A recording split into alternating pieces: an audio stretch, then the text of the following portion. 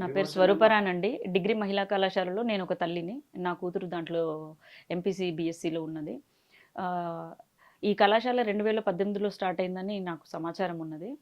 So, army మీద ఉన్న గౌరవంతోటి, అదే కళాశాలలో చదవాలన్న ప్యాషన్ తోటి మా పాపకు ఐఐటీ, త్రిబుల్ ఐటీ భువనేశ్వర్‌లో సీట్ వచ్చినా గూడా, నేను అక్కడ సీటును వదులుకొని మా పాపను ఈ ఆర్మీ డిగ్రీ కళాశాలలో జాయిన్ చేయించడం జరిగింది. దీంట్లో అడ్మిషన్ ప్రాసెస్ ఎలా అంటే, పిల్లలకు ఫస్ట్ రిటన్ టెస్ట్ ఉంటుంది. దాని తర్వాత ఫిజికల్స్ అంటే రన్నింగ్, సిటప్స్, పుషప్స్ చేపిస్తారు. దాని తర్వాత మెడికల్ టెస్ట్. దాని తర్వాత పర్సనల్‌గా ఆర్మీ రిటైర్డ్ ఆఫీసర్స్ తోటి పర్సనల్ ఇంటర్వ్యూ చేసి పిల్లలకు అడ్మిషన్ ఇవ్వడం జరుగుతుంది. అంత మంచి ప్రాసెస్ ఉన్నది అన్న సమాచారం తెలిసినాక మేము దాంట్లో జాయిన్ చేసాము. నాలాగా చాలామంది తల్లిదండ్రులు వాళ్ళకు ఆ డిఫెన్స్ మీద ఉన్న ప్యాషన్ తోటి చాలామంది పిల్లల్ని మంచి మంచి సీట్లు వస్తే కూడా వాటిని వదులుకొని ఈ కాలేజ్‌లో జాయిన్ చేయడం జరిగింది. కానీ గత 6 మాసంల నుండి కాలేజు షిఫ్ట్ అవుతుంది. ఇక్కడ బిల్డింగ్ వాళ్ళు వెకేట్ చేయమన్నారని చెప్పేసి, అది వాస్తవమా, అవాస్తవమా తెలీదు. కానీ కాలేజ్ ఇక్కడ నుండి షిఫ్ట్ చేయాలి, కాంట్రాక్టర్స్ వెకేట్ చేయమంటున్నారని చెప్పేసి పిల్లలని కాలేజ్ మారుస్తామనేసి డిసెంబరు 15వ తారీఖున హుటాహుటిన ఎవరికి సమాచారం లేకుండా, ఈవెన్ పిల్లలకు కూడా అక్కడున్న పిల్లలకు కూడా సమాచారం లేకుండా రాత్రి 12 గంటలకు నిర్ణయం తీసుకొని పొద్దున 4 గంటలకు గట్కేసర్‌లో ఆల్రెడీ సాంఘిక సంక్షేమ గురుకులాలే డిగ్రీ కళాశాలలో నార్మల్ కాలేజీలు ఉన్నాయి, వాటిలోకి షిఫ్ట్ చేశారు. షిఫ్ట్ చేసిన తర్వాత ప్రిన్సిపల్ గారు పిల్లలకు మభ్యపెట్టింది ఏంటంటే, తాత్కాలికంగా మాత్రమే మనం ఇక్కడికి వచ్చాము, మహా అంటే 10-15 రోజులు మాత్రమే ఉంటాము అని చెప్పడం జరిగిందని పిల్లలు సమాచారాన్ని ఇచ్చారు.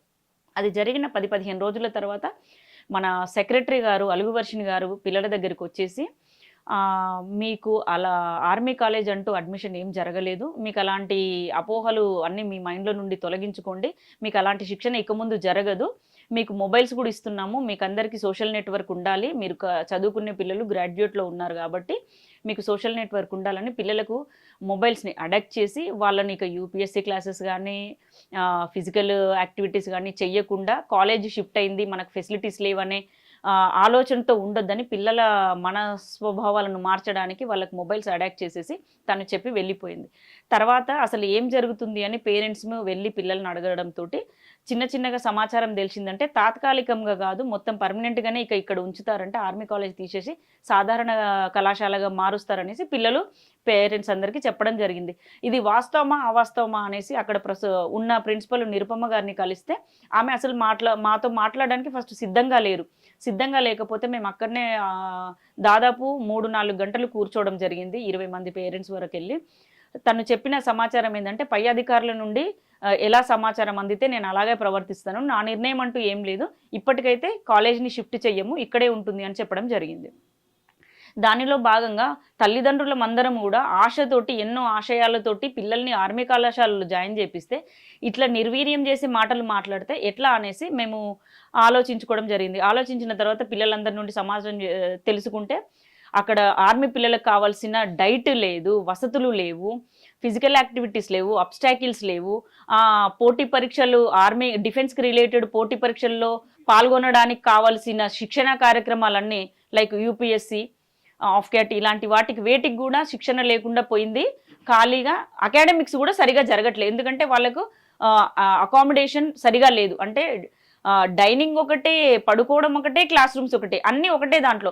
అలాంటి వాతావరణం ఉన్న ప్లేస్లో పిల్లలు ఇంకా డిఫెన్స్ మీద ఎట్లా కాన్సన్ట్రేట్ చేస్తారన్న ఉద్దేశంతో తల్లిదండ్రులం అందరం కలిసి అలుగువర్షిణి దగ్గరికి వెళ్ళడం జరిగింది, మా రిప్రజెంటేషన్ తీసుకొని. అసలు ఆమె మమ్మల్ని కలవడానికే సిద్ధంగా లేదు. డిఫెన్స్ కాలేజీ పేరెంట్స్ మనం చెప్పగానే జస్ట్ మా వినతి పత్రాన్ని పక్కన పెట్టేసి, మీరు ఎందుకు వచ్చారు, ఇంకా అలాంటిది ఏమీ జరగదు, అలాంటిది డిఫరెంట్గా ఆర్మీ కళాశాల ఐడెంటిఫికేషన్ లేదు, సాధారణ కాలేజే చేసేసాము అనేసి జరిగింది. ఎందుకు మీరు అలా మాట్లాడుతున్నారు, మాకు డిఫెన్స్ కాలేజ్ అనే కదా అడ్మిషన్ తీసుకున్నారని చెప్పగానే, మీకు ఎక్కడైనా ప్రపోజల్స్ ఉన్నాయా, డిఫెన్స్ కాలేజ్ అని మీకు చెప్పామా, అలాంటి ప్రపోజల్ తోటి మేము అడ్మిషన్ ఇవ్వలేదు. అట్ ద సేమ్ టైం ప్రతి నెల 2 కోట్లు వాళ్ళకు ఖర్చు పెట్టడము అనవసరము, గవర్నమెంట్కి లాస్, పెట్టినా కూడా 2 కోట్లు ప్రతి నెల ఖర్చు పెడుతుంటే అక్కడ నుండి సరి అయిన రిజల్ట్స్ రావట్లేదు, కాబట్టి వాళ్ళకి అలాంటిది ఏమీ లేదు. అందులోనూ పిల్లలు ఆర్మీ ట్రైనింగ్ తీసుకుంటే బాగా గట్టిగా అంటే మొరటుగా తయారవుతున్నారు. వాళ్ళు తల్లిదండ్రులకు కానీ, సమాజంలో పెద్దలకు కానీ, గురువులకు కానీ, తర్వాత తదనంతరం పెళ్ళైతే భర్తలకు కూడా వీళ్ళు రెస్పెక్ట్ ఇవ్వరు. వాళ్ళతో గొడవలు పడి వీళ్ళు ఏకంగా సమాజంలో ఒంటరిగా బ్రతకడానికి, హార్డ్గా బ్రతకడానికి ట్రైనింగ్ అయినట్టు ఉంటుంది కాబట్టి వాళ్ళకి అలాంటి ట్రైనింగ్స్ అవసరం లేదని ఆమె క్లియర్ కట్గా మా మొహం మీద చెప్పడం జరిగింది. దానికి మేము ఆమెను క్వశ్చన్ వేసాము, నువ్వు ఒక మహిళ ఐఏఎస్ ఆఫీసర్ అయ్యుండి ఇతర మహిళలకు అలా చెప్పడానికి, నిందలు వేయడానికి ఎంతవరకు సమంజసము? మీరు మహిళనే కదా, మీరు సపోర్ట్ చేసేది పోయి ఇట్లా మాట్లాడుతున్నారు. మిగతా ఇంతకుముందు సెక్రటరీలు ఎవరు అబ్జెక్షన్ పెట్టలేదు, మీరు మాత్రమే ఈ అలిగేషన్ తీసుకొస్తున్నారు. అంటే రిజల్ట్స్ రావట్లేదు, ఆర్మీ కళాశాలలో రిజల్ట్స్ రావట్లేదు, ఇన్ని కోట్లు ఖర్చు పెట్టినని మాట్లాడుతున్నారు. శిక్షణ లోపమే ఉండొచ్చు కదా, పిల్లల్లో లోపం అని ఎలా అంటున్నారు, శిక్షణ లోపం కూడా ఉండొచ్చు కదా అని మాట్లాడడం జరిగింది. మాట్లాడితే మీకు మాట్లాడే హక్కు లేదు, ఇది ఇంతే, ఇంకా డిసిషన్ అయిపోయింది, ఇంకా ఎలాంటి ఫర్దర్ ఆర్మీ కాలేజ్ ఉండదు, అన్నిటిని కలిపి ఒకటే కంబైన్డ్గా చేసేస్తున్నాము, ఇంకా మీతో మాట్లాడేది ఇంకా ఏమీ లేదు అని ఆమె చెప్పడం జరిగింది. దీన్ని నేను ఒక మహిళా ఆఫీసర్ అయ్యి ఉండే ఆమె ఇట్లా మాట్లాడినందుకు నేను ఒక మహిళగా ఖండిస్తున్నాను. అదేవిధంగా అణగారిన వర్గాల అమ్మాయిలను పైకి రాకుండా చేయడానికి ఆమెకి ఎక్కడిది హక్కు? కాబట్టి నేను ఈ మీడియా ద్వారా నేను కోరుకునేది ఏంటంటే, ఎస్సీ ఎస్టీ అట్రాసిటీ కేసు కింద ఆమె మీద కేసు నమోదు చేయాలి. అట్ ద సేమ్ టైం ఆమె విధుల నుండి పర్మనెంట్గా ఆమెను సస్పెండ్ చేయాలి. ఇదే నా విన్నపం.